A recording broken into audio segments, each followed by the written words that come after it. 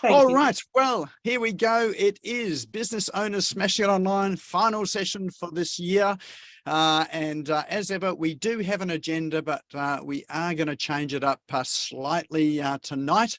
So, but this part is going to be the same. We are going to have some cool online tools. I am going to do this a wee bit differently. We're going to do that as we go through the evening and do a bit of a demo on sort of how we use some of these tools as well. So the cool online tools, the presentation are going to be mixed in together, as are the questions as well too. So it is, as I say, going to be more of a workshop style tonight. So that's going to require you getting in and sort of tapping away on your keyboard and just finding your way around tonight as well too. And I really want you to get a lot of value out of it tonight. Then we do have a prize draw tonight as well too for those that are here at the end. Thank you, Aldrin, for providing one item for the draw. So we've got a couple of things for the draw tonight. It is in the spirit of Christmas as well too. Anyone else that's got anything to give away, more than happy to add that into the draw as well too. So just shoot me a private message in chat and I'll try and pick all those up as we go through as well too.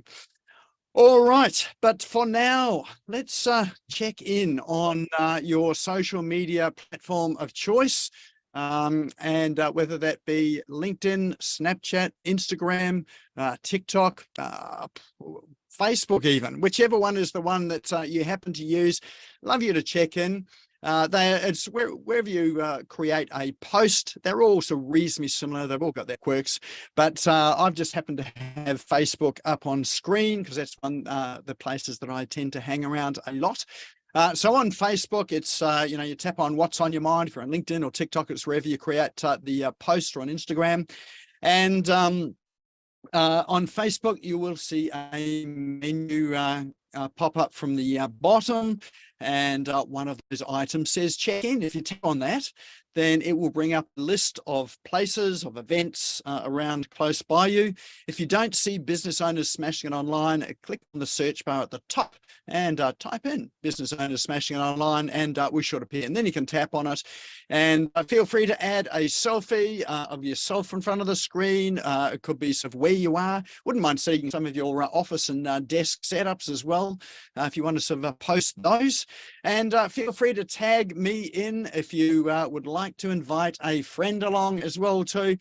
Invite them along to come along as well too by tagging them in. Or if there's anyone else out there that you think would be interested in this as well too, let's tag them in and invite them to come along. A couple of reasons why we do this check-in process. One of them is to spread the word of this event a wee bit further.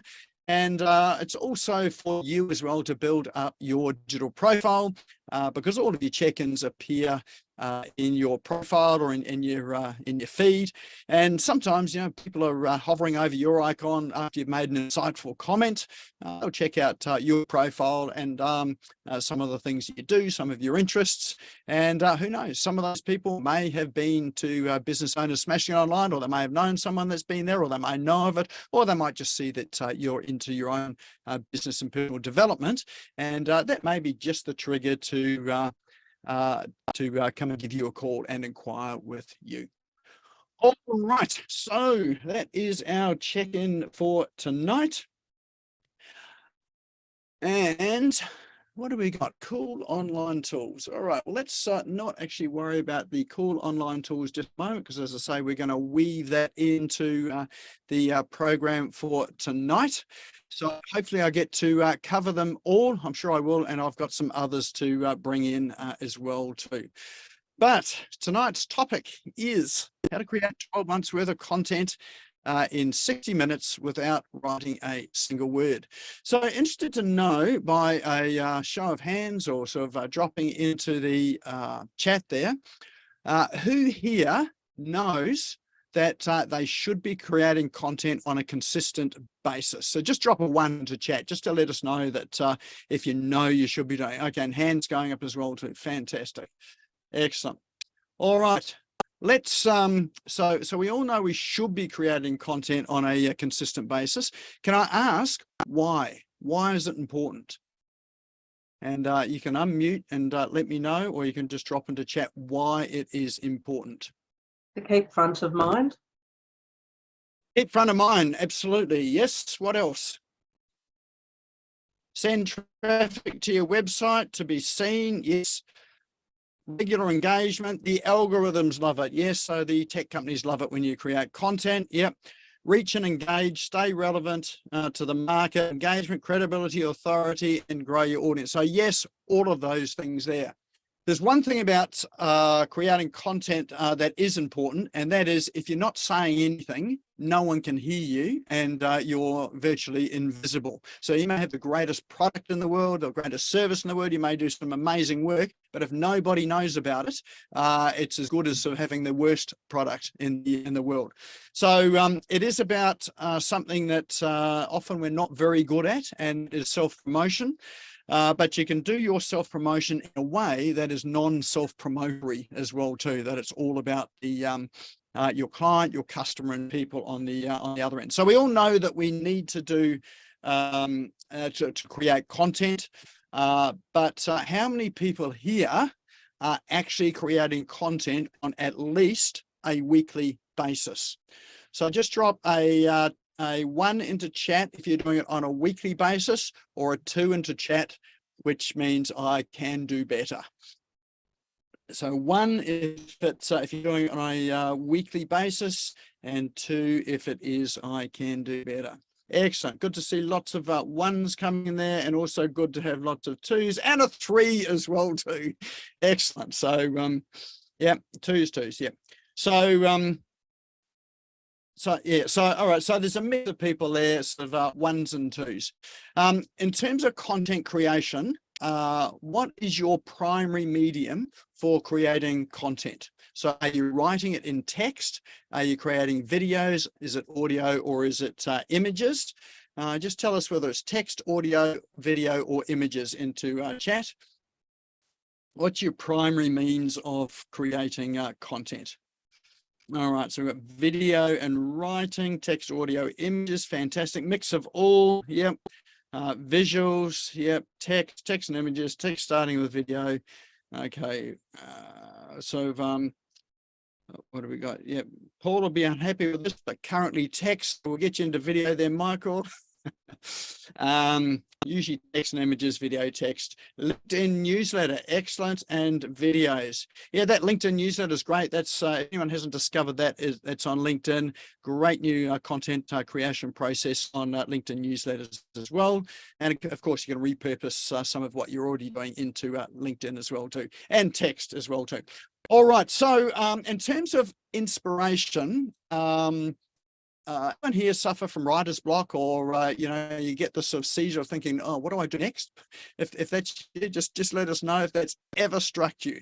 You know, so writer's block, and what do I write? You know, geez, the time's come around again when I've got to create something. What is it?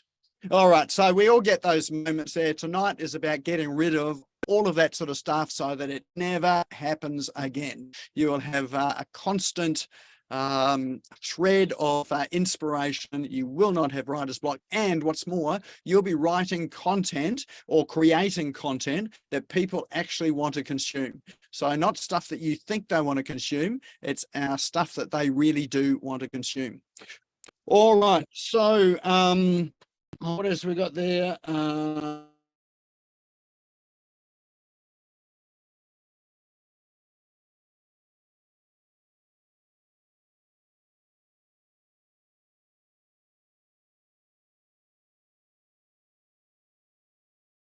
You're on mute, Nick.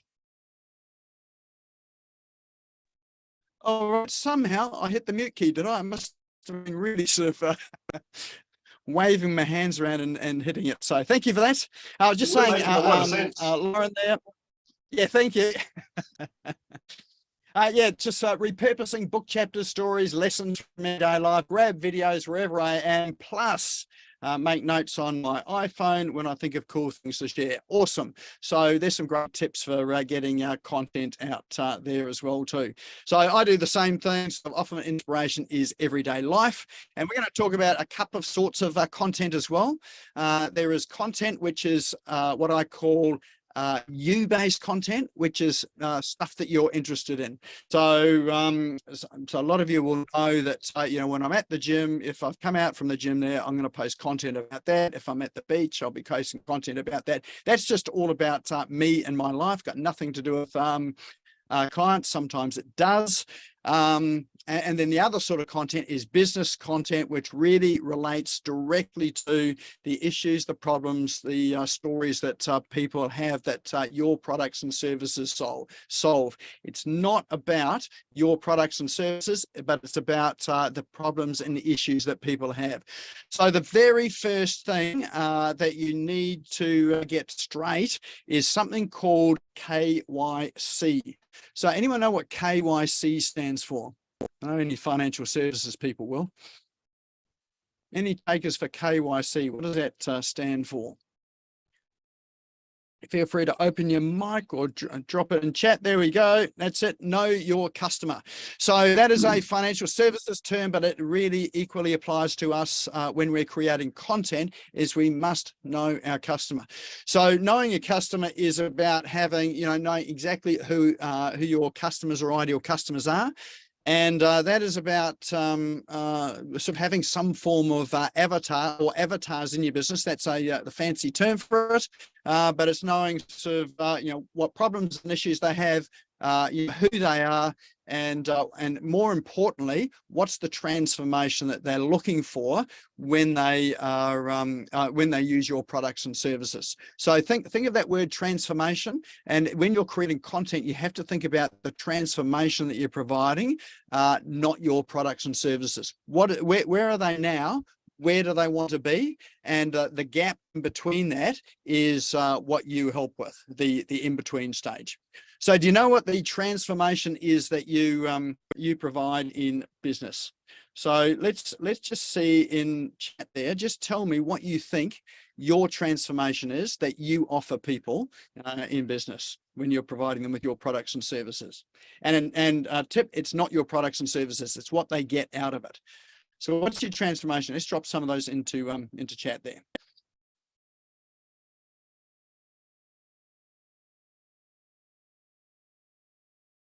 So as an example, oh, there we go, one coming through, making awesome websites work for them as lead generators, not just a pretty thing to look at.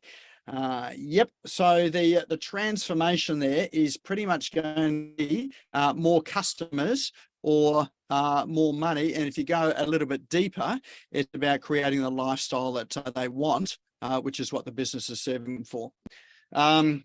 What about relief from selling the home? So yeah, real estate agent. So really your sort of transformation there is you're giving people choices and options that they wouldn't necessarily have had before. Imagine selling your own home. Anyone done that? So, and how do you choose a real estate agent as well? So think about that sort of transformation as well. How do you choose a real estate agent? What is it you're looking for when you're choosing someone to sell your home? Obviously, trust is up there. You want to get the highest price. Why do you want to get the highest price? Often the transformation can be things like, you know, getting into a bigger home or downsizing into a smaller home.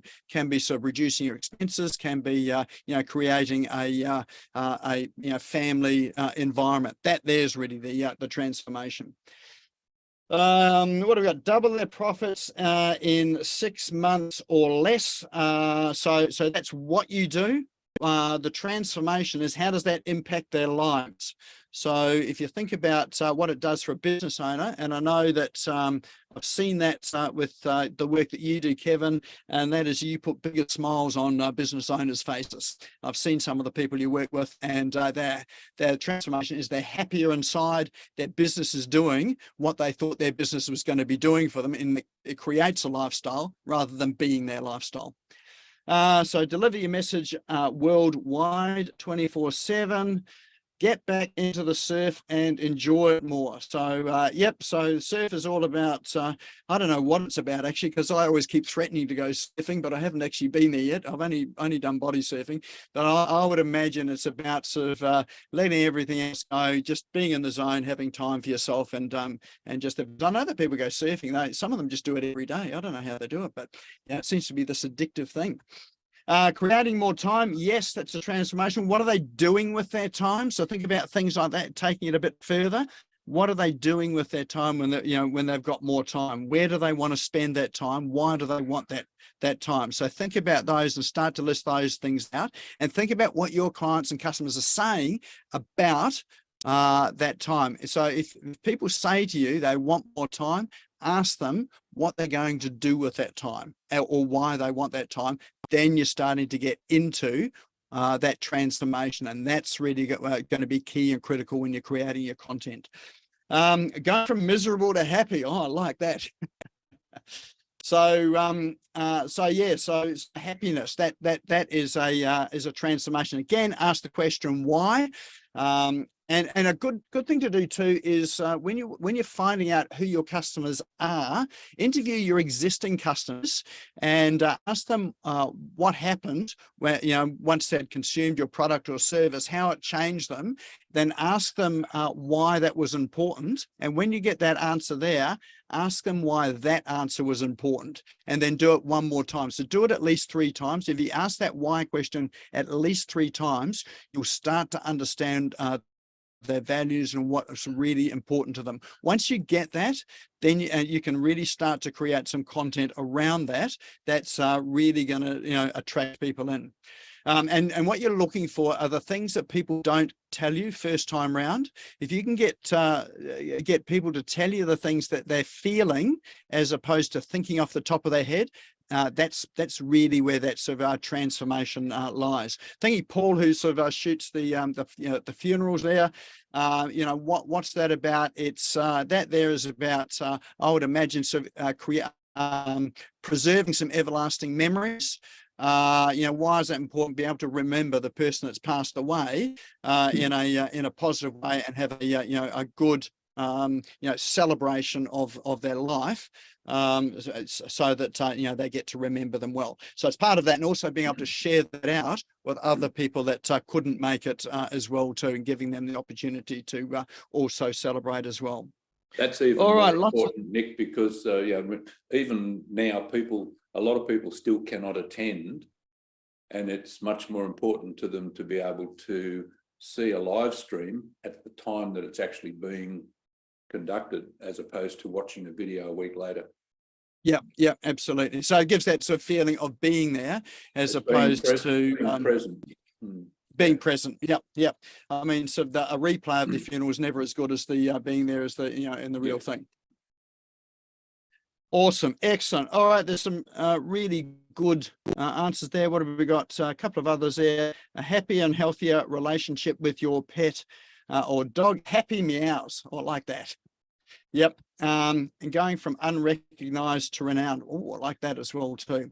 So again, the transformation there is what does it mean, and how does it feel to to be well known and renowned, as opposed to what does it feel like to be recognized. That is a really good transformation. That unrecognized to renown, all the bits in the middle there is what you feel. So awesome. That's a great example. All right, so first thing is to know your customer. Best way to do that is to pick up the phone, ring them and talk to them, have a conversation. How many people have had conversations like that with your customers before? It's good on 2 levels. One is you get to learn a whole lot more about your customers and about your business and why they do things with you. The second thing is it also generates business for you as well. So that's not the reason why you do it. It is a side effect, because when people sort of understand that you care enough to pick up the phone to ask them, why, and sort of engage with them, that brings them in closer to you as well too. So do that. And also people that haven't bought from you as well. So if you've got prospects and people that have inquired that haven't bought anything, they are also an ideal opportunity to pick up a phone and have a conversation with them as well too. So do it in a non-threatening way. But what you want to ask them is, what was it that they were looking for, or why did they contact you in the first place? So even if they didn't buy, ask them why they contacted you. and what they were hoping for.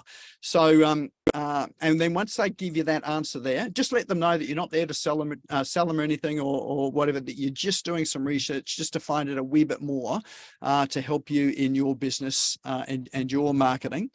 When they tell you that, ask that other question again, is why. So why was that important? Why were they looking for that in particular?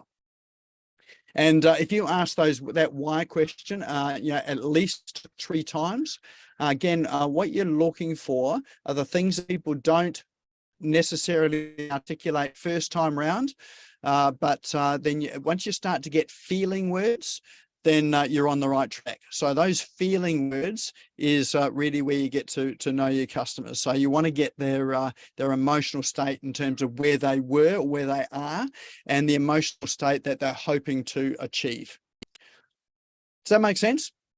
So ask those whys till you get to the emotions. So that's really where you get to know your customers. The reason why that's important too is that you want to record all of those responses, because the words that they use, you want to be able to use that in your content, their exact words. And some magic happens when you start to do that, in that people that you've never met before will actually read or listen to your content, and they will start to say the words like, wow, this person's in my mind. How did they know what I was thinking? So they haven't articulated or sort of told you what their specific problem is, but as soon as you're able to get those several layers deep, you've already got them on the hook, in the sense that they know that you deeply understand them, because you're answering questions that, or even just articulating the questions that they've never even asked before. Does that make sense? So, and a funny thing happens there too, is that when you're able to articulate what people are feeling and thinking better than they can themselves, they automatically think that you have the answer. You don't need to tell them the answer. They think that you have. So, and it's a bit like if you are presenting on stage, and when you walk up on stage, people automatically think you're an expert. Why? Because the mere act of being on stage, you wouldn't be there unless you knew what you were talking about, and the reason why you're invited is that you know what you're talking about, so you must be an expert. So so it puts you into a position of people perceiving something about you. So when you can repeat back to people what they're thinking before they say it, then they think you've already got the solution. All right, so the first thing is to know their emotional state. So know your customers, know where they are now, where they want to be, and that's trying to get the emotional words. And the second thing is to think about is, what is the transformation you are providing? How are you going to take them from point A through to point B? So that there is the transformation. So you're really wanting to focus on bringing them to that point that they want to be. And the better you can articulate that, the easier it is to attract people into your business. You don't have to chase them. You don't have to feel like you're selling them. They're there to buy, because they're looking for the transformation you provide, because you really understand them. All right, so first thing here, pick up the phone, ring up your customers, ring up the people that didn't buy. There is a wealth of information that's in there, and it is 100% worth it. So I've done that on a number of occasions, and the insights that you get are incredible, in the sense that you will find out things that you didn't even know about your customers and the reasons why they do things. So so if you commit to, say, ringing 10 people, do you think you could ring 10 people just to get their views and opinions? Anyone think they can do that? Anyone think it's an impossible task? No? Great, excellent. So try it out, see how you go. And any questions about it, again, feel free to drop it into Business Owners Smashing Online Facebook page, or sort of throw it to me on chat. More than happy to have a chat about that through, or just to give you some pointers around all that. All right, so the next phase is, that's your getting to know your customers phase, that's your preparation. Next part of it is planning. So the thing about finding out what people are thinking and how they're feeling That's going to help to guide you thinking about what people search for in the search engines. And you can actually ask them that question too, is that when they found you, if they did come from a search engine, ask them what they searched on. They may not remember, a lot of people might not remember, but just ask them, what it was, what question they asked, or what it was that they searched on, if they came through that medium there. So the next thing I'm going to take you through is, where do you find this information online as well too? So you've spoken to your customers. We also need to find out where people are searching. So if we go to Google, for instance, and a lot of you will already know this, that when you start to type in a search term, so let's go, oh, look at that. I've just clicked on it and it started to give us trending searches. So if you just click on the search, you can say escape from Tarkov wipe is a trending search, Queensland DNA lab inquiry. This may just reflect some of my choices as well too, but these are trending searches as well too. But let's start a search, and I'm going to use the word chocolate. And there we go, and you start to see that there are what we call predictive searches in here. So Google is trying to find out exactly what it is that I'm searching on. So they're predicting that I might be looking for chocolate chip cookie. Little do they know that the reason I go to the gym is because I've had too many chocolate chip cookies and I'm no longer interested in those anymore. Well, I may be interested, but I refrain from them. So if we keep typing and there we go. So the next word that you type says, oh, he's probably looking for chocolate balls. It's coming up to Christmas season. Maybe he's looking for chocolate balls. Maybe it's a chocolate brownie recipe. Maybe chocolate bark. He's getting creative with his chocolate with cake. But no, it's not. So there we go. I'm typing in the word bad, chocolate bad. So here we go. The top search there, it thinks, oh, maybe I've got a dog. And so I'm searching for chocolate bad for dogs. So the more words that you type, the narrower the search gets. So, and the more we keep going with it, it's presenting us with the top searches. So other people have actually searched these exact phrases, and so it's got lots and lots of data on me. Google, it's got lots of data on all of us. So it thinks that based on sort of who I am, the sort of searches that I am interested in, probably listening to me on my Google device and on my computer as well. So I'm going to sort of keep typing. There we go. Chocolate bad for cats and dogs. So there we go. So the more you type, the narrower it searches down. So that's what they call Google predictive searching, and it's a really good indicator of things that you can write about. So if you went and picked, say, of these 4 words here, if you wrote a blog post or create some content around 1, 2, 3, 4, 5, 6, 7, 8, 9, 10 of these topics, then you've got a pretty good chance of answering questions that a lot of people are asking. And you can find out sort of how many people are searching for these by just clicking on the search term. Is licking chocolate bad for cats? Okay, I've never heard of that one. There we go. So let's click on that, see what the search results are. And of course, I'm using a VPN, so it wants to check that I'm not a robot. Okay, and there we go. There's about 7.3 million results for this particular search here. Is licking chocolate bad for cats? So lots of people have commented about this. One thing to note here is the absence of ads.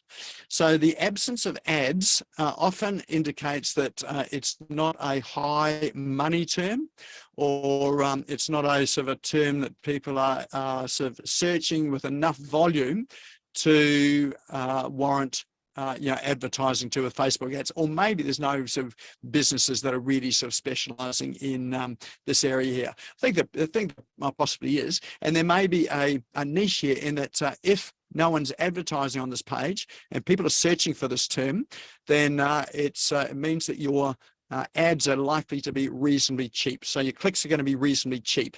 So if you see no ads, it means one of two things. One, no one's thought about it, it's going to be cheap, or two, no one's actually really interested in it. So that's just a by the by. So remember our keyword there was chocolate. So that's what they call Google predictive search. That's a really good way to really find out what people are searching for. That is your initial place to go for searches. The next place to go would be, and what you can do is you can start to note down some of these terms as well too. So you might just note down the top terms or top predictive searches there in a spreadsheet somewhere, so that and then you can start to look at those a bit further, a bit deeper, and look at those a bit later as well too. Also have a look at the sorts of content that is on this page as well too. And then down the bottom, they've got related searches as well. So these related searches can be really quite helpful, as well as these here are also terms that Google determines are probably terms that you're interested in, but they're also high, sort of high search terms. So these are the top search terms in this particular topic. All right, so that there is just what we call Google predictive search. The next one is Google Trends. So anyone used Google Trends before? If you haven't, it is a fascinating place. So you'll see a few of you have. You can get some really interesting information that comes. So a couple of key things to watch out for in Google Trends. Top right-hand side, make sure that you pick the region you want to search in.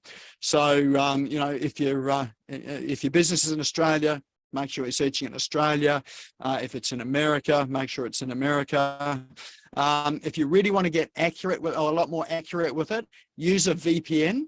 A virtual private network. So there are apps you can download for that. I just happen to use one called Express VPN. So if I want to search for terms while in the US, I will switch my VPN so that Google Chrome thinks that I'm in the US, and it will serve me up some quite different results to what they are in Australia.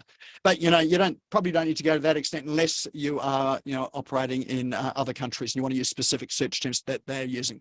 So here we go. They've started with the top search terms here. I don't know why we've got America up here. I'm actually signed in as Australia. So let's put in a search term, and I'm going to use that same search word there. So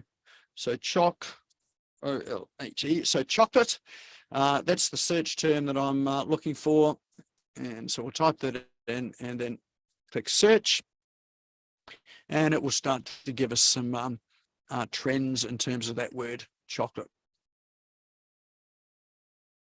All right, so there we go. So what have we got? This is from December 2021 through to November. And not surprisingly, the word is starting to trend up now as we head towards Christmas. And there was a peak in April. Look at that. It's 10th to 16th of April. What happened then? Anyone sort of know then? I thought there might be a peak around Valentine's Day, but look at Christmas last year.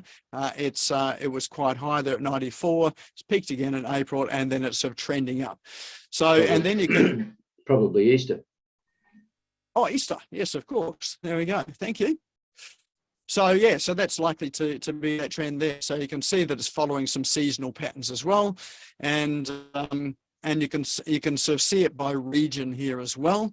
So Tasmanians tend to search more for chocolate than people in New South Wales. Don't know whether they're unhappier people down there or some happier, who knows. And then you've got related queries as well too. So it just gives you, and what you can do with the related queries as well is that you can sort of click on those, and that will give you sort of more information on that particular related term. But it'll tell you whether a topic is going up or going down. It'll give you the seasonal sort of variations for the topic as well too. So depending on what sort of industry you're in, that might be interesting to think about as you're creating content. There you go. Kinder's had chocolate recorded at Easter. There've been no searches for it recently. So you're probably going to be writing anything on that topic there because no one is actually interested in it. All right. So so what I'd suggest with something like Google Trends, think about the keywords that people are searching for in your industry. And when I'm talking about keywords, the keywords are not the product or service that you sell. It is the problems that people are trying to solve, or what they're trying to feel. So think of your searches in those terms. Sometimes we get stuck as being business owners searching for, the solution we provide or the product or service we've got. But no one's really searching for that often. They're searching for, a specific problem, issue, or whatever, and they may not even know that your product or service exists. They're looking for an answer to it. So really sort of, and that's one of the good things about asking your existing customers about, why they came to you, how they felt, and asking those why questions. That'll give you some terms that you can then plug into Google Trends and see whether it was just them, that group of people you spoke to, or whether this is a trend that other people are also talking about as well too. So you do that preliminary research with real live people, bring it onto the web, and then do sort of some more in-depth search on the web with the sorts of things that people have spoken with you about. So that there is Google Trends, which is trends.google.com. Now, what we'll do with these apps and tools and things as well too, we will drop them into chat. So chat is down the bottom of your screen, of your Zoom screen. There's a little speech bubble icon. If you click on that, that'll open chat. And the bottom of chat on the bottom right-hand side are 3 little dots. If you click on that, you can save the chat. So you can save it now, and you can keep progressively saving it through the to the end of the evening, but you definitely want to save at the end of the evening. And then these apps will be there for you to explore at will too. So if you're looking at these now, so I encourage you to look at it as you go along for your industry as well. Just become familiar with it so you start to get some ideas for your content as well too. So those are 2 places to go. So you've got Google Predictive Search, you've got Google Trends, and the next is one of my favorite tools, and I know many of you will know it. It's called answerthepublic.com. There's interesting enough, Neil Patel's bought this, who is a SEO guru of the world. That is a picture of him there on the screen. He used to be this funny old guy that used to be there, but it still works the same way as well too. So again, make sure you select the country that you want to be searching in to make it specific. If it's, if it is global, that's fine, but you generally want to narrow it down to a country where your customers are going to be, and you'll get some more relevant searches when you do that. And then with your topic, you want to put in just maybe 1, 2, no more than 3 words in here. So you want to keep it reasonably broad. If you narrow it down too much, you'll narrow your results down too much. So again, I'm going to just write down chocolate, if I can spell it, and I'm going to write the word dog. So 2 words I'm interested in: chocolate and dogs. And you can also select your language as well too. It should default to whatever language your browser is. So in this case, it's English, and then we'll click search. And what this will do is all of those predictive searches that we looked at in Google back, when you're sort of clicking that Google search bar, it's going to grab these predictive searches. So let's say we search for chocolate and dogs.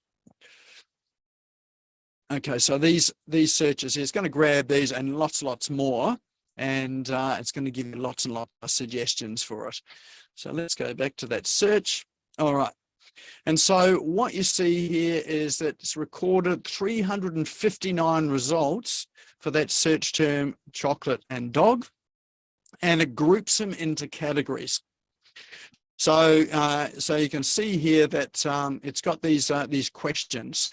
So what, which, where, why, how, can, when, will, and who. And so what it's doing is it's grouped these terms into what are the top search terms that contain that word chocolate and dog. And these come from, these are the top terms in Google's predictive search. So what have we got? What chocolate can dogs eat? So if my topic happened to be, trying to work out whether I should be feeding chocolate to my dogs, and maybe it's about food that dogs can eat, then here we go. What chocolate can dogs eat? What chocolate can dogs not eat? What else? What dog chocolate made of? So what is dog chocolate made of? I Effectively, can't believe that Patrick's name is not up there. that's right. It'll have to be there somewhere. That dog is is a fiend. Next level. So you've got those what questions, then you've got questions. So like, what do we got? Is chocolate dog poison? So that's is and are, same thing. Is chocolate dog safe? So people are searching these terms here. So remember, these are things that they're worried about and concerned about. So your solution might be chocolate that's safe for dogs, or maybe it's a remedy for dogs that have eaten chocolate. So that might be a solution, but people aren't looking for that. They're actually looking for, sort of something that's before that. And, is dog chocolate bad? Does that make sense? So they may either have a convulsing dog on the floor, which may mean that, yes, chocolate is bad. They might be looking to see whether, in fact, that is the diagnosis, that it is bad, and that's what did it for them. Or they might be, the kids might want to be feeding chocolate to their kids and want to find out what the results of it are.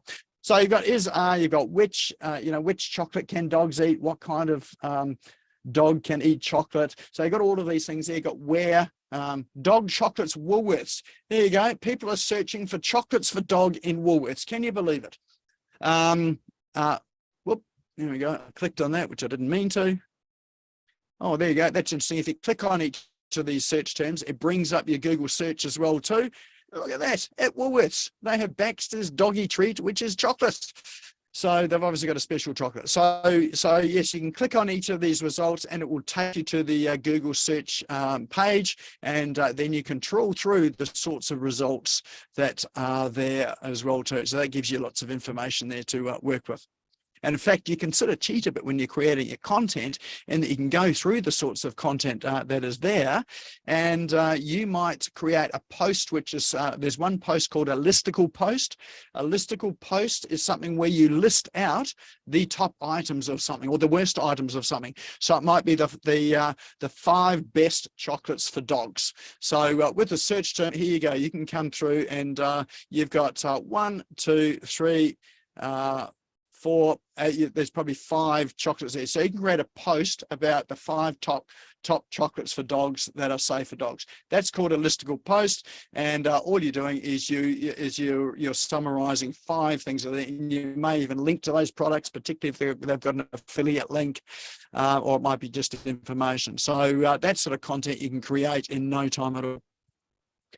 So that's the first one. That's 64 questions, but you'll have a look down even further. There's even more. So there is with, to, is, without, near, for, can. So these are other preposition questions. So again, sort of process again. And then if you scroll down a bit further, you've got even more. So you've got like, versus, or, and versus. So look at that, chocolate versus dog. That sounds like a competition, doesn't it? You know, who's going to last? The chocolate going to win. Lots of things like chocolate dog names, girl. There you go, people searching for that. So, okay, all of the results. And then down the bottom, you've just got all of the results there in alphabetical order as well too. So you've got, as I say, 359 results. So let me put this to you, is that if you're looking for 12 months worth of content, something every day to post, I don't know, on social media, for instance, here you've got 359 results. There's only 365 or 364 days in a year. You could write a social media post on each one of these things here, and you're dealing with this search term, chocolate and dog. So if you were just to do that, then you've got enough topics there for a post a day, let alone a post every week. Some of it may not be that sensational, but but remember, all of these questions are people are actually asking on Google. So none of these are irrelevant. People are actually asking for these. Look at this, chocolate Ziggy. Anyone know what chocolate Ziggy is? I've got no idea. So there you go. You can search it up and sort of create some content around that. So the other thing you can do with it, up on the top right-hand side is a little down arrow. You can click that, and that will then allow you to download everything that's on this page into a CSV file. So that's into a spreadsheet.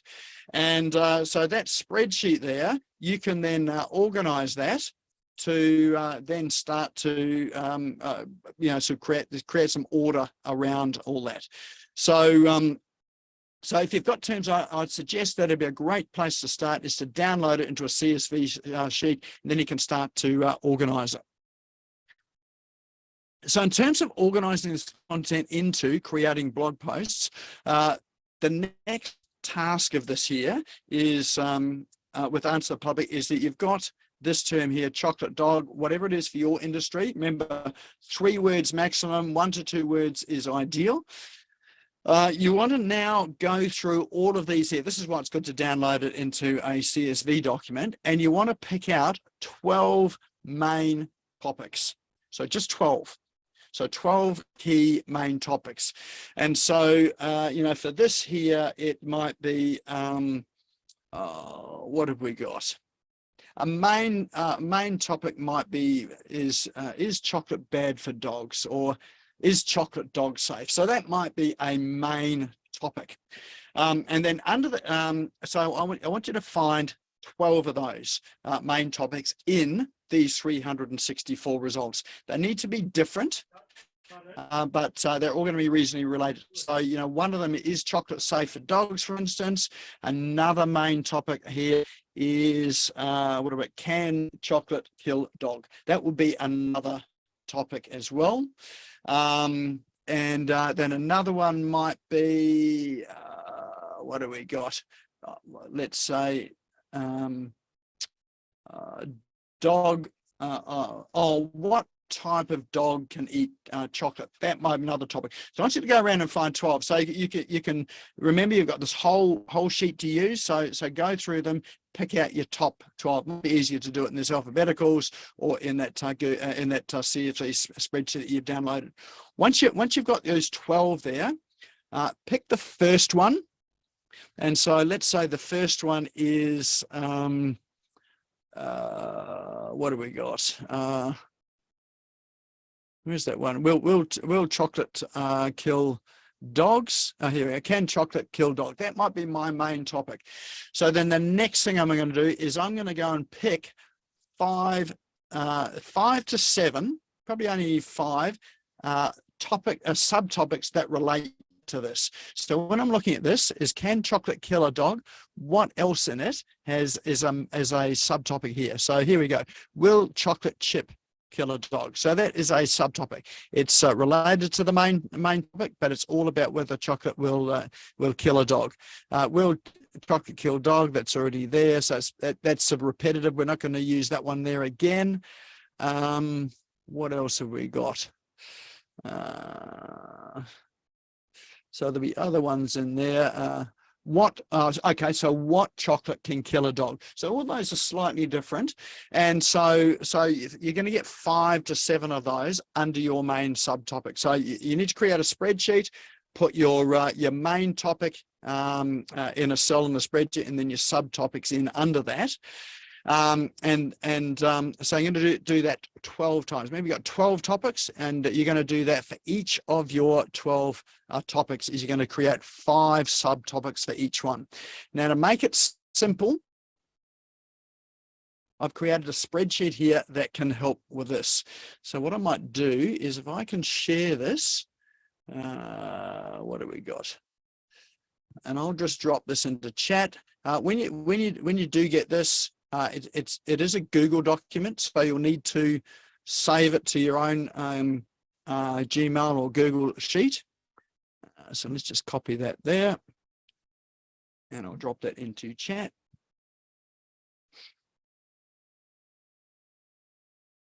Okay, everyone. Okay, so this is a spreadsheet that you can use to download to organize your content. So you can see here at the top here, I wonder if we can make that a little bit bigger so you can see it.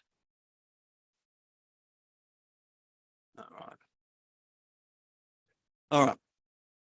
So the title here, so of your 12 main topics, this is where you're going to sort of put the first one is can chocolate kill dogs? That's where you put that in there. Sorry, Nick, And I then don't you mean to interrupt, but I just wanted to let you know, mate, that when you click on that link, it says you have to approve access for people. I don't know if you meant that to be open or not. Yeah, I should have given you one that was, I didn't have to worry about that. Let me just see if I can find that other one. Thanks for that. That's right. I've got a You need public an one here. unrestricted link, Nick. Yeah, I've got a public one that's available. You shouldn't need to do that. Just grab that.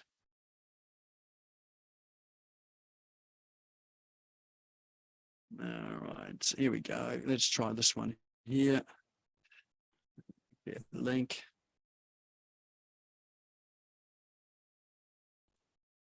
Okay. We'll make that anyone with a link. There we go. We'll copy that.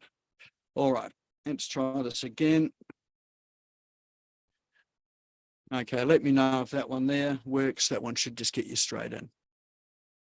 Yeah, that's working, mate. Thank you. Awesome. Thank you for that. All right, if I get back to the other one.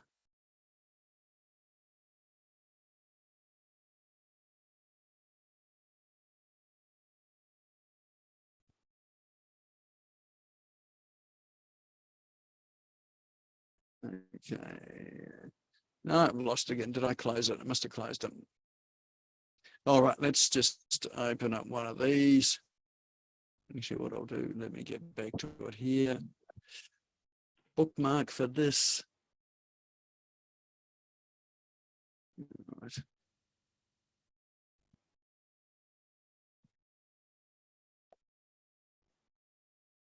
All right, so in the title here, you type in your main topic, and then you put your 5 subtopics in under here. So all you do is you would go to the spreadsheet here, just copy and paste them out, and pop them into your spreadsheet.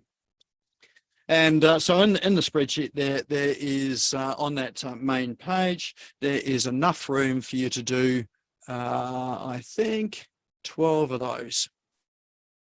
Okay, so 12 of those. So that shouldn't take you too long when you're organizing that, is that you just fill out the title and those 5 subtopics. Just don't worry about the column on the right-hand side just yet. We'll talk about how to do that. But if you just do that at the moment, then that will give you a post week for the first 3 months. And you can see down the bottom there are tabs. So that's Q1. Then you've got Q2, Q3, Q4. Those spreadsheets are just the same, and therefore, your next 12.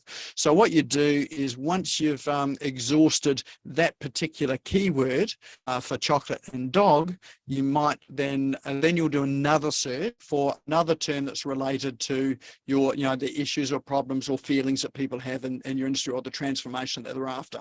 So you're going to do that 4 times. So that's your first one. Second one might be chocolate and cat, for instance.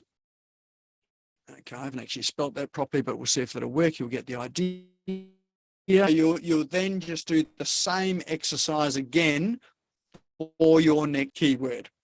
And so what you'll do for that is you go to your second spreadsheet, which is Q2. Again, repeat the process again. Type in the main topics are 12 main topics, and then you're going to type in, 5 subtopics in there as well too. Okay, so that's cats as well too. So same sort of process there. The next one will be chocolate and bird. So you can get the trend there. So whatever it is for your industry. So okay. I've done it too many times. They want me to register now, so I won't go there now. So you might have to register here. They do limit the number of results that they give you as well, but you should have enough there to get there. If you run out of space and they want you to pay for it, you can wait till, I think you get so many turns in a day, you can wait till the next day. Or another place you can go to is another app called Answer Socrates.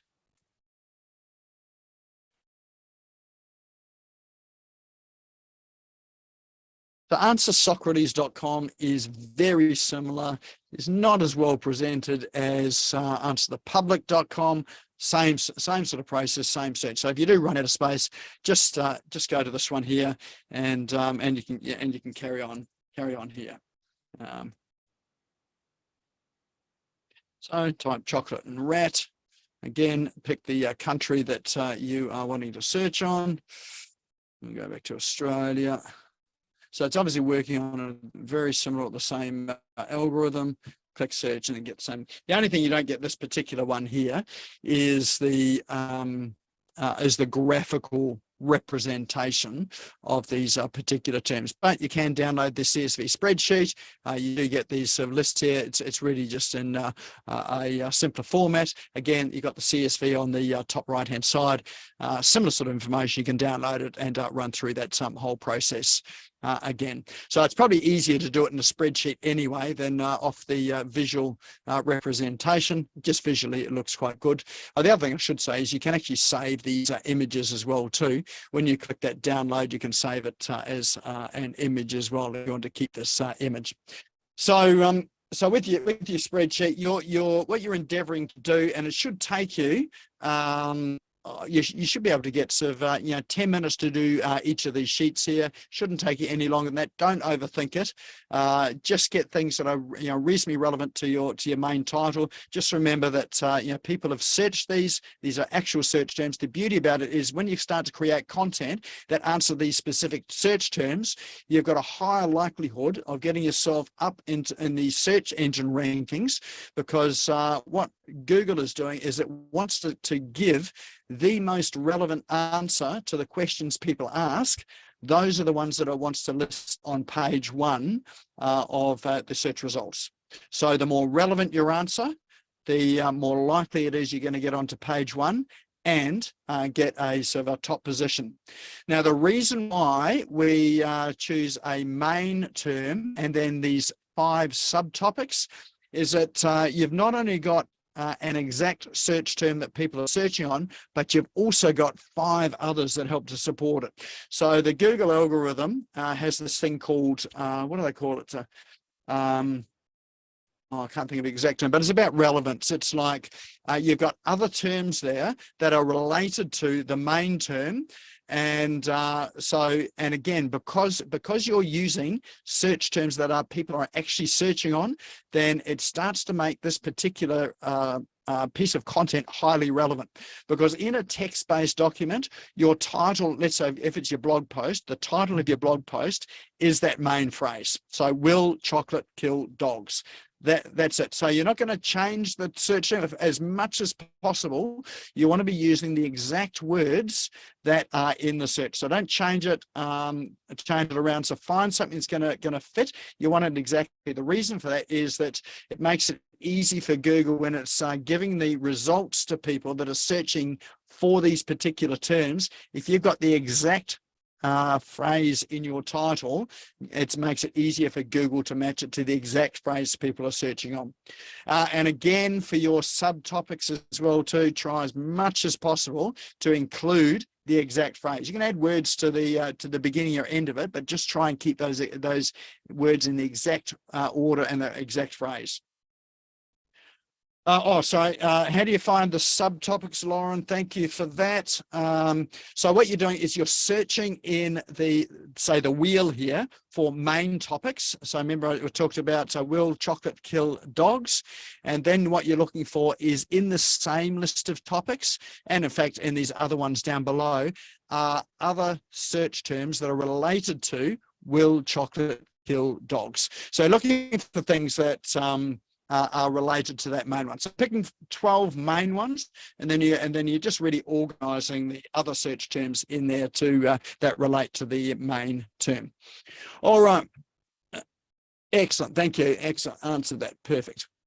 All right. So once now when you create a text document, that's your title is the main search phrase. These other 5 subtopics become the titles in your blog post. So you know how you break, you got your title, and then you break up your blog post into 5 paragraphs, each with a heading of its own. That's what those subtopics are. And then all you do when you're writing that content is you write a paragraph or 2 to each of those subtopics. So you're really just answering that question. And so over on the right-hand side here, you've got these boxes here for you to just go and fill in, write a paragraph or 2 related to each of these subtopics. So that's how you organize it. So you have an introduction to start with. So your introduction is always going to include the phrase or the title. So so your introduction might be, a question that I was asked today is, will chocolate kill dogs? This article is to explore the dangers of chocolate for dogs and which chocolates you can safely give dogs, which, by the way, chocolate can kill dogs. So it is an actual thing. And so you write your intro, and then you just write a paragraph or 2 for each of these. What you want to aim for is you'll find some copywriters tell you only need 300 words for a blog post. That's absolute garbage. Used to be relevant several years ago, but you're looking to write an absolute minimum of 600 words through to 800 to 1,000 words. So it sounds like a lot of content. It's actually not. It's not a lot. 300 words is maybe 2 or 3 paragraphs. So you're looking for longer than that. So about 600 to 800 words in your article overall. If you're doing it in something like Word or Google Docs, it'll you can get a word count out of that as well. Now don't pad it out with fluff. What you want to do is answer the questions as relevantly as you possibly can that people have asked, so that the goal of it is that people get the answer that they're looking for when they read your content. The reason why we do that is that if you're able to answer those questions, then people are more likely to stick around on your website, on your socials, or have a look at other content there. If you've got a lead magnet or something for them to download or subscribe to, they are more likely to take those actions there if you've given them a pretty complete answer to the question they had. That makes sense? All right. Okay. So you're going to do that for each of these topics. Now you sort of think, well, that's probably going to take a lot of time writing it. And I did promise you could do it without writing a single word, right? So our next tool or app that we use is so when you've listed it all out, what I recommend you do is you don't need to fill in the content on the right hand side. The next thing to do is, and this is going to really help you with your content as well too, and that is to open up let's say Facebook or Instagram or LinkedIn. All of those platforms there have I think LinkedIn does. Yes, it does too. They have a platform there for live video. So I can hear some of you cringing already, thinking, what, you want me to go live on one of these platforms? The answer to that is yes. The reason for that is it's going to create raw content for you to start with in video format. And as we know, video is well up there being consumed on social media. You can do things like create reels or shorts or whatever with videos as well too. YouTube's another good place to do it. YouTube has YouTube Shorts as well. Just remember those videos do disappear. So it's probably better to publish it as a post, a video post or a live video, and then turn that into a short or into a video post. So first thing it does is it starts to create your credibility and visibility online on those platforms. The other thing too is that those videos you can then go and download, and I'll talk about what you do with that next. But in terms of what to say, all you do when you go live is you use the spreadsheet here that you've created with your topics and subtopics as your script. So for instance, for the title there, you would say today's topic is about, can chocolate kill dogs? This is a question that many people have asked me and here today to answer that question. So then you launch into the first one. So these become your bullet points. These 5 things become your bullet points. And so your first one might be, will chocolate kill dogs? The answer to that is it depends. And so you go live on and just talking about that particular topic. Now, if anyone was to ask you a question about that, I'm pretty sure that all of you could talk for 2 to 3 minutes on that particular topic, right? So I've heard some of you, and you can talk for more than 2 to 3 minutes on it. But you can talk for at least that length of time on the topic. And then all you do is then you go and answer the next one. So that's your next bullet point, which you go and do the same thing. So by the time you've gone through 5 of those, so let's say sort of 3 minutes a piece on each of those. 3 5s are 15. That's a 15-minute live video plus your introduction of 3 minutes. So what's the 3 6 is 18. So you've got about 20 minutes of live video clip. That there is enough to help you with that sort of 600 to 800 word post.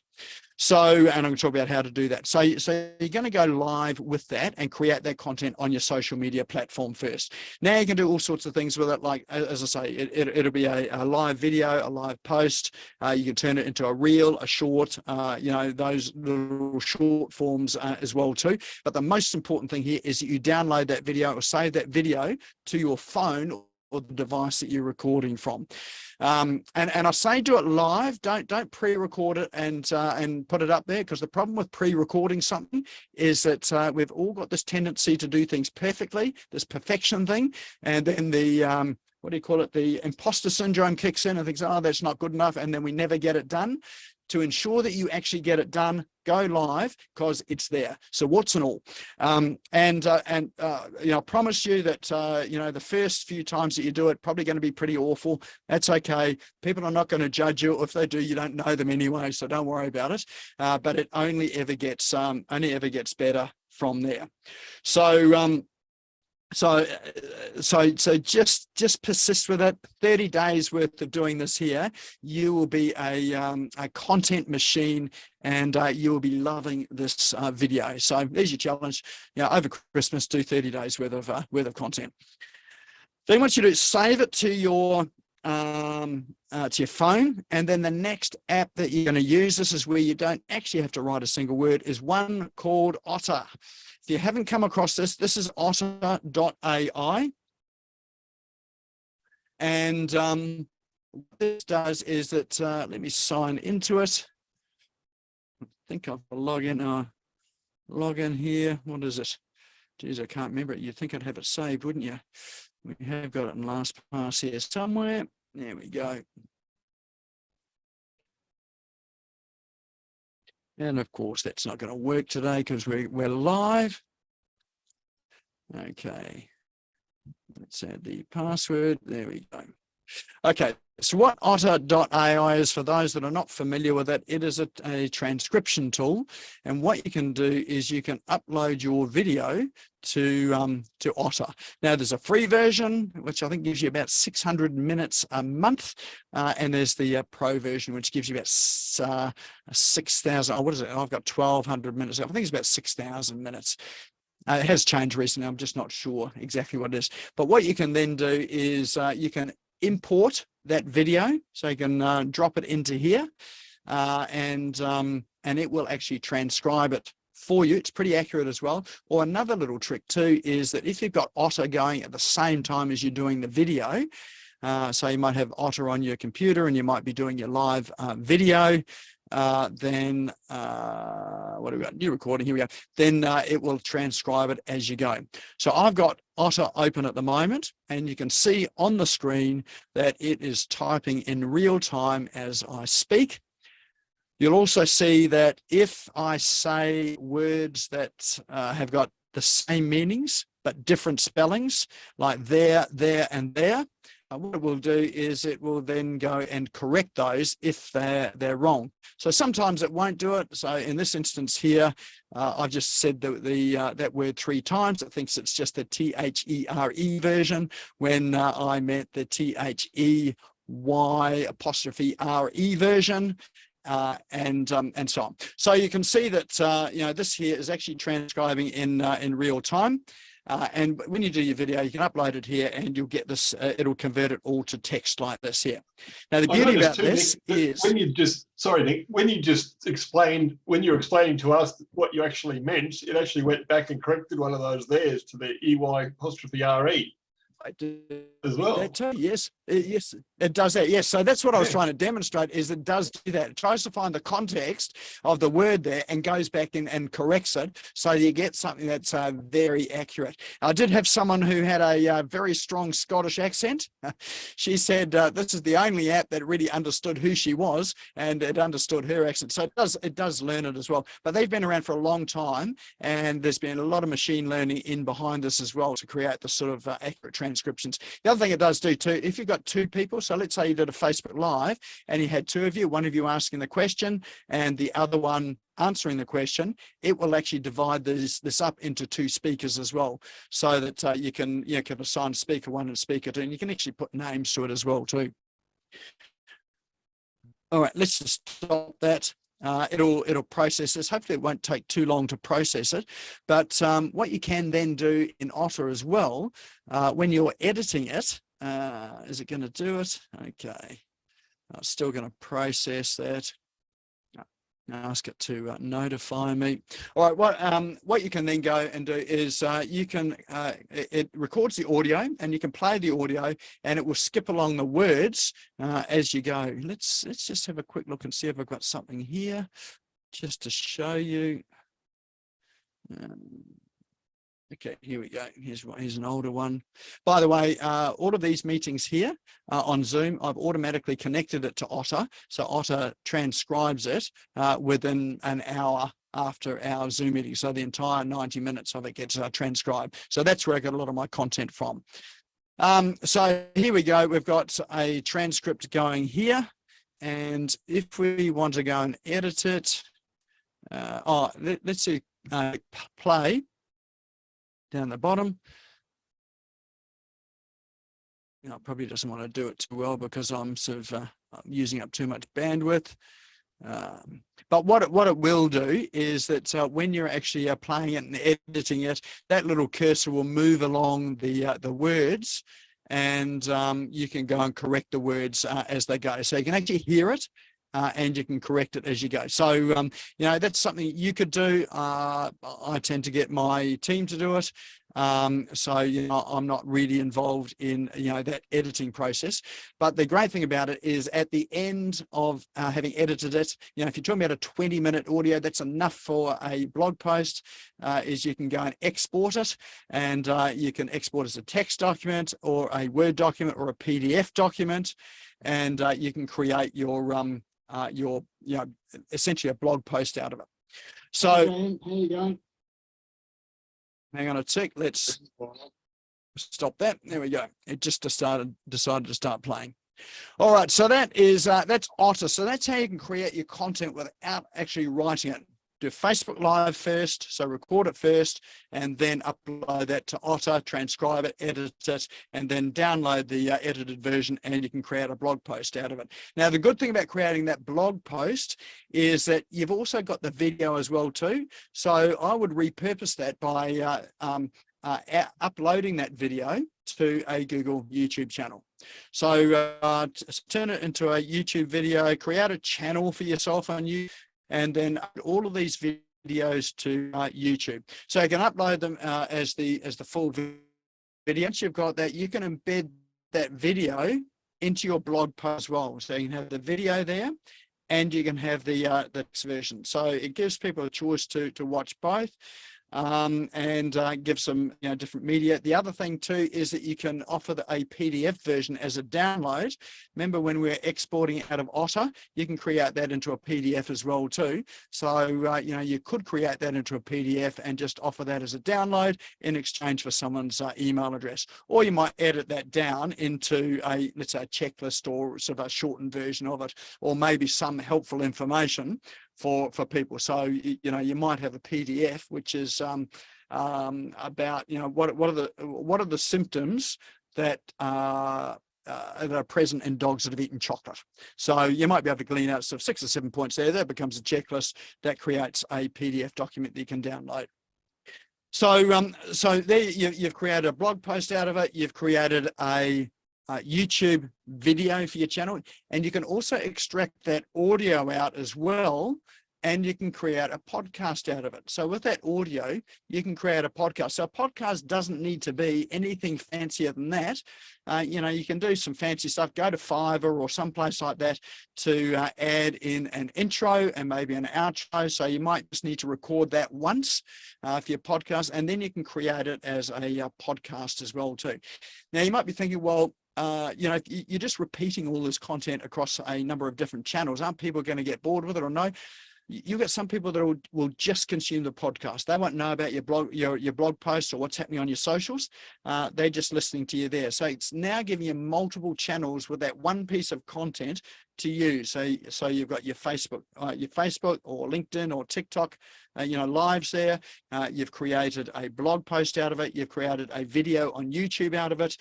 You've got an audio out of it, which is your podcast channel. And you can also do things like take out your key snippets out of it and turn it into a PowerPoint presentation. And when you turn it into a PowerPoint presentation, great thing about that there is that also posts up to LinkedIn when you upload it to a place called slideshare.net. So if you haven't come across slideshare.net, that's where you upload your PowerPoint presentations. And LinkedIn owns that, and they automatically get associated with your LinkedIn profile. So you get another link on LinkedIn, and also you get a backlink to your website. So you can put a link into your website from there as well. So now you're starting to get traffic from various different sources. The other place I would recommend too is a site called Scribd, SCRIBD. I think it's scribd.com. You can upload your text version to Scribd as a downloadable ebook or sort of white paper, that type of thing there. That's free as well. And you can have a link back to your website again. So now you've used this one piece of content, which you know is going to be highly relevant because you've done the research, because you've asked your customers, you ask them why to get to how they're feeling. You've got their what transformation they're after. You've used answer the public. You've got your 12 main topics. You've grouped them into 5 main topics. So they're highly relevant. These are actual search terms, and you're starting now to create content around these topics. The other thing you can do with it too is that for social media, you can take out sound bites from your video and your text document and use those as social media posts. So you can create a social media post every day out of the sound bites from it. So they can be video sound bites, or they can be text-based sound bites as well, but they become social media posts. So let's say reels, for instance, you can have snippets of those that go up to social media reels every single day, or you can create a number in a day. So cut up your video, and there are some apps out there that will cut up your video into into some chapter-like reels as well. I don't have any of those in hand, but if you go to the App Store or the Google App Store or the iPhone App Store, you will see things for Instagram, for instance, that will cut things up into sort of longer videos. So for those platforms there. So now you've got all of your social media content done. So you're posting every single day on social media. You can schedule it up with an app like Buffer, or just use the native scheduling tools in those social media platforms. And what will happen is you'll start to feel like, or people will start to feel like you're everywhere. So once you've got 12 as well, so when you've published 12 of your posts, so let's say you're doing one a week, so 12 of those is 3 months worth of content. So you're doing one of those a week, so that's 12 months. You can turn those 12 topics into an ebook. So that could be a lead magnet that you're now creating for your site. So you can create a landing page, got a lead magnet, download a lead magnet on a particular topic. So you might have a sort of topic that is for that particular quarter. It might be focused on dogs, it might be health issues for dogs. One week you're dealing with chocolate, next week you're dealing with dogs catching rats. The next one, it might be dealing with dogs and garbage, dogs and plastic. So it might be health issues of dogs. So you can create that into an ebook. And then, so you've got a new ebook that comes out every quarter in 2023. At the end of the year, you can combine all of those and publish a book. So you can create a self-published book, which you can then go and publish on Amazon with your 12 months worth of blog posts. All highly relevant, all questions people are actually asking in Google search. And it's the sort of thing that now you've got another platform to offer it. So if you do that every year, so over 5 years, you've got 5 books published. The other things that you can do with this content as well too is you can create a mini course out of it. So so you can think about how can you repurpose this into a mini course that you offer for free or or paid. And you can also create a webinar out of it. So, if you've got people that are interested in this, why wouldn't you start to create a webinar out of some of this content that you've created? You've already sort of done your trial run with it. Now you can put it all together as a webinar. Of course, if you go to networking events, as I do, one of the networks that I'm involved in is BX. So if you're going to those events there, then that can be a presentation that you use at a networking event. If you do any sort of speaking for other events as well too, now you've got some content that people are really interested in for those events. You'll be amazed when you start to speak these questions that people have that haven't articulated, that sort of are deep within them because you've done that sort of research, what sort of connection you'll start to make to a live audience when you start to embrace and engage with this process.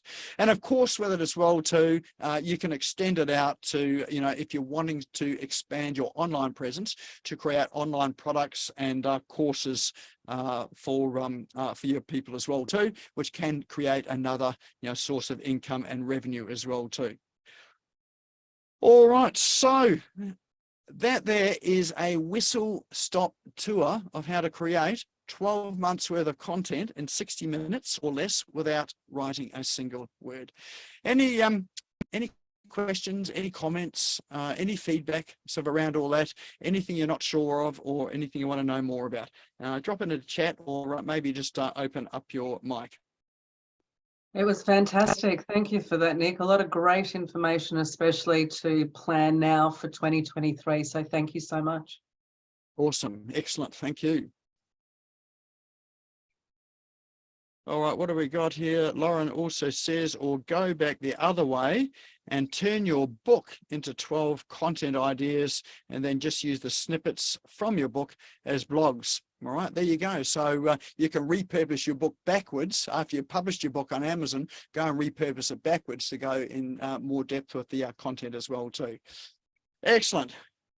A great session. Excellent. Fantastic. What a way to end the year like that. Thank you. What else to expect from award winner? Yes, thank you very much. I did win the Networker of the Year award with BX as well. So thank you for that. The planning would take 60 minutes. The delivering will be different. Yes, this gets your plan in place. It'll take you 60 minutes to run through that process with a spreadsheet. Of course, you do need to speak it. So 20 minutes worth of speaking your content is enough. But remember, you can get other people to do some of the other parts of the job as well too. I happen to have 2 exceptional virtual assistants who are on this call as well too, who do a lot of this work after I've done the content. But you've also got other great places out there that you can go to help you with that, like Fiverr.com, Upwork, Freelancer. But I think if you've gone this far, it is worth investing in a virtual assistant. And there are places where you can go to get part-time virtual assistants or full-time virtual assistants, but well worth doing it again. All right. Okay. Nick, What can I else ask is a in question, Nancy, please? good advice? Yes. I gather, just listening to you, this is really good. But is this more short content as against evergreen long content? No, this is both. So my recommendation is that you create longer content with this. So as I say, you're looking for 600 to 1,000 words, which is considered reasonably long content for a blog post. But you can't. Remember, you can cut it up into shorter pieces of content, which you're going to use for social media. Yeah, I got it. Thanks. All right. That was great. All right. I've previously spoken about an AI app to help generate your content. Yes, that is Write Sonic. So if you Google Write Sonic, WRITESONIC, that is an AI app. That will certainly help to give you a start with getting some ideas and content as well too. So that's another tool you can throw into the mix. But I wouldn't be using that until I've done all of the research. All right, well, that there is pretty much wraps up our topic for how to create 12 months worth of content in 60 minutes or less without writing a single word. If you want to watch the replay of this, we'll put it up onto the SmashGo YouTube channel tomorrow. So it should be up there tomorrow afternoon. The other thing too, someone had asked me about whether I could run some form of masterclass, workshop, or whatever for those that want to come in as a group to get all this done, to get your plan done for 2023. If you're interested in doing that, next Tuesday, this is our last Business Owners Smashing It Online. Next Tuesday, if we get enough interest for it, next Tuesday, I'm happy to run a workshop session where we actually get all of this done. So run through the spreadsheet and I'm happy to workshop with you your examples and get your topics in and out there. Did anyone do that tonight? Did you get all your topics done tonight? I know some of you were in there sort of, using your spreadsheets as well. Not yet. Okay. If you'd like to do it, I'm going to put aside 3 hours for this. And the reason why it's 3 hours is that, yes, you can do it in 60 minutes, but there's a bit of content. And when you first get going with it, there's probably some questions around it all as well. And I think part of the key is to start to refine it down so that you're on target with what it is that your clients are actually searching for. And I've got a couple of other processes that I can throw in there that will really help with that as well too. So if you'd like to do that, I'm thinking of running it sort of during the day on Tuesday, not in the evening, maybe sort of in the morning, say 10 to 12:30 or sort of 9:30 to 12, that sort of time there. If you've got some time between your Christmas shopping, more than happy to do it. If you are interested in it, either just say give us a yes, or just let me know you're interested in the chat below, or shoot me an email. And for the workshop, the investment for it would be $97. So if you want to spend that sort of 3 hours with me with the $97, happy to do that. And if we get enough interest, so either let us know in chat now, or send me an email tonight, nick@smashgo.co. So NIK@smashgo.co. Let me know, and then if that's all go, I will. I'll get it organised. We'll get it out tomorrow. Shoot you through an email to register and get it all done tomorrow. And I'm happy to run that next Tuesday. So that would be our very, very final session for the year. All right. So we do have a prize draw for tonight as well too. And we have 3 tickets or 3 things for tonight. And first one is Animal Action Day. So that is Aldrin putting on the Animal Action Day. I know some of us are not in town as well too. So Nick, if you Nick, can I just pop in just for 1 sec, mate? Yep. I've been very lucky with the door prizes this year. So if you'd be kind enough just to not have my name in this, just give some other people a fighting chance.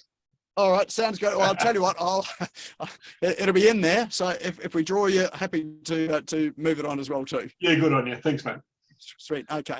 So first one here is the Animal Action Day sort of comedy event coming up this Sunday.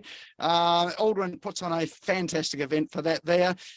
So that's our first prize for today. So let's click on the draw and see who our lucky winner is for that. If you are out of town, hopefully someone's in town. It's Jeff Vail, who is in Philippines. So Jeff, are you here? Yeah, I'm here, Nick. You can donate mine to someone. Don't know. Make- Okay, make a I was just going to say, do you know someone in the Gold Coast that you'd be happy to give it to, or do you want me to redraw it? I'll give it to Nik Cree. Give it to Nik Cree. There you go. Well, I tell you what, I'm going to take that because I'd love to go to it. So thanks for that, Jeff. No trouble. All right. All right. And the next one here is Lauren Clement, who is on our call, has offered up a prize. Tell us, what is it, Lauren? Oh, it's a book. It's a book. Perfect time over Christmas to be reading books. A copy of Selling You, which is a personal branding book, and it takes you all through the process of gathering all those little bits and pieces all about you and what you do and tying them up into one gorgeous brand that makes it easy for you to explain exactly what you do and why someone should choose you. Fantastic. Excellent. For those that don't know Lauren, she is responsible for lots and lots of award-winning businesses or helping them get to awards. I think you've just come back from the Stevie Awards over in the States, haven't you? Yeah, Las Vegas. That went off. It was great. So, yeah, so if you really want to be visible, Lauren is the absolute master of getting you to be visible and noticed. All right, so a book there. Thanks, Lauren, for offering that in tonight. That is the Christmas spirit. And our lucky winner for that, maybe you have to be here, so hopefully you're here. Anna Fox. Are you here, Anna? She's here. There we go. See your name on screen as well too. All right. We'll organise to hook you up by email tomorrow. I'll introduce, or one of my team will introduce Lauren and Anna to each other by email, and then you can take care of the arrangements from there. And our last prize for this evening is it's a 45-minute session with me, just to help with can be anything related with marketing. If you want it to be about your content, if you want it to be about your website, if you want it to do anything with your online presence, that's 45 minutes with me. Has to be taken before Christmas, before we sort of head away. Actually, it doesn't have to be taken before Christmas. You might want to do it in the new year. So our virtual drum roll, please. And our lucky winner is Kevin Hargraves. And it sounds like an opportunity for a glass of red wine or so with you too, Kevin. So awesome, excellent. We know each other, so we don't need to introduce each other. So I'll chat to you when I see you. All right, well, that's our session for tonight. In fact, that is our final session for the year. I just want to say thank you for everyone that has supported the show, for showing up sort of consistently, regularly or irregularly. My aim with this is to deliver sort of absolute value for all of us in business, to help us with the online stuff, to make it easier and sometimes maybe not easier, but maybe to inspire you to do some things that maybe you haven't done before. So we'll be kicking off again so later in January 2023. So watch your emails, watch the socials, and for the first session for next year. And once again, thank you for being here for our final session for Business Owners Smashing Online. Hey, quick question. Yes. Can I pay the $97 and get a recording of the mastermind next week? Because I just can't attend it.